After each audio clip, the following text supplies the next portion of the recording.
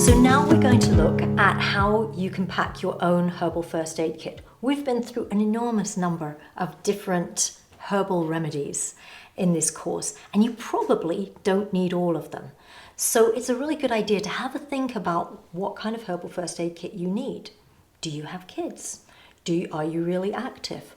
Are you somebody who gets stressed a lot? Are you somebody who gets headaches a lot? Think about the things that you really need in your first aid kit before you pack everything. All of these things are made with a shelf life. So you are going to have to go through this first aid kit in a year's time or even 6 months' time and make sure that everything is still fresh and good to use. So you don't want to have everything and then to be throwing things away.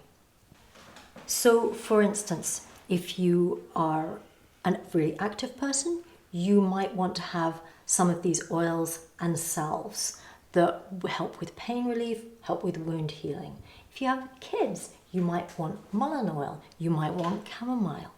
If you are prone to coughs and colds and flus, you might want the cold and flu mixture, the elderberry syrup, and the elecampane syrup.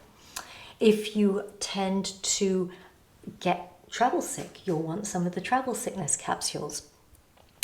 If you are traveling and you want to take a wound cleaner with you, you'll want some myrrh. So there's a wide variety of things that we've been through here that you might want to put in your kit. And I'm going to put together a kit that would work for me, but I want you to think about all of the things that you would want to put in your first aid kit and what that would look like.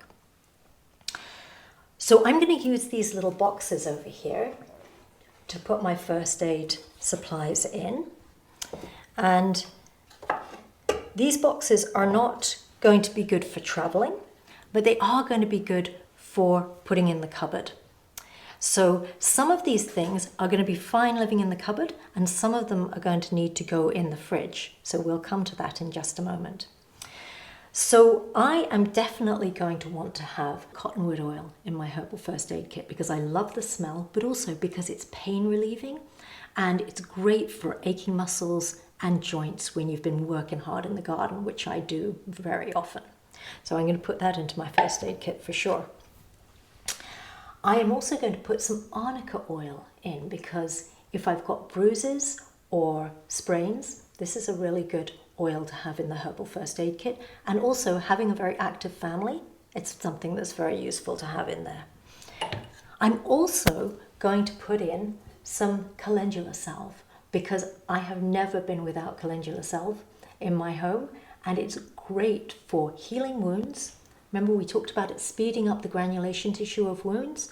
It's great for rashes, it's great for diaper rash, it's great for burns and blisters and any kind of skin healing that you can think of. So definitely I'm going to put some calendula salve in there. I'm also going to, because I never leave home without it, I'm going to put some myrrh tincture in my herbal first aid kit. And the myrrh tincture, we talked about using it as a wound cleaner. So remember we dissolved some, we added some to water and used it to wash cuts and grazes, because it's antibacterial, antimicrobial, and it helps with healing. So definitely going to be putting that in there. I always have some rose tincture in my herbal first aid kit because I love tincture of roses, and I find it a really wonderful gift to be able to give to people when they are feeling sad or heartbroken or there's just trauma. So the tincture of roses is definitely going in there.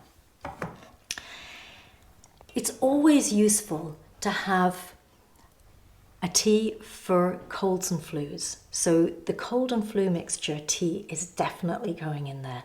That was the mint, the linden, and the yarrow. So that we made a pot of tea with, and so that's going to go in there so that in case anybody comes down with a flu, that's ready to go. I'm also always going to have syrup of elderberries. So this is a honey syrup of elderberries, and This cannot live in one of these little boxes. This actually has to live in the fridge because it's not got any preservative in it. It's just honey and elderberries, but it's definitely always there as a standby. So I'm going to put that in my box of goodies. What else might I have? I might not have the mullein oil because the mullein oil is for earaches for little ones, and I don't have any little ones in my home. I might use it, I might have it if I had friends who have little kids. I might have that on hand. What have we here? We have comfrey ointment. Comfrey ointment is always useful to have in the herbal first aid kit. Good for strains and sprains, and good as a standby if you haven't got the comfrey root to make a poultice with. So that's a good standby. We're going to pop that in there. These two essential oils I will have in my herbal first aid. So the eucalyptus oil and the lavender oil. The eucalyptus oil is for opening the lungs and clearing the sinuses and the lungs. So that's definitely going in there. And the lavender oil is a relaxant. It also goes into the salves that I make.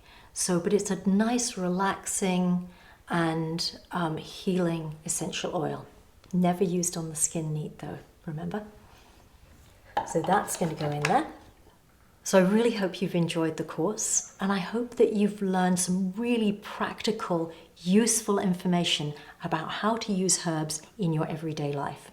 Herbs that you have growing around you maybe, herbs that are in your kitchen cupboard or in your fridge, and herbs that you can purchase, herbs that you can make if you happen to do the medicine making course.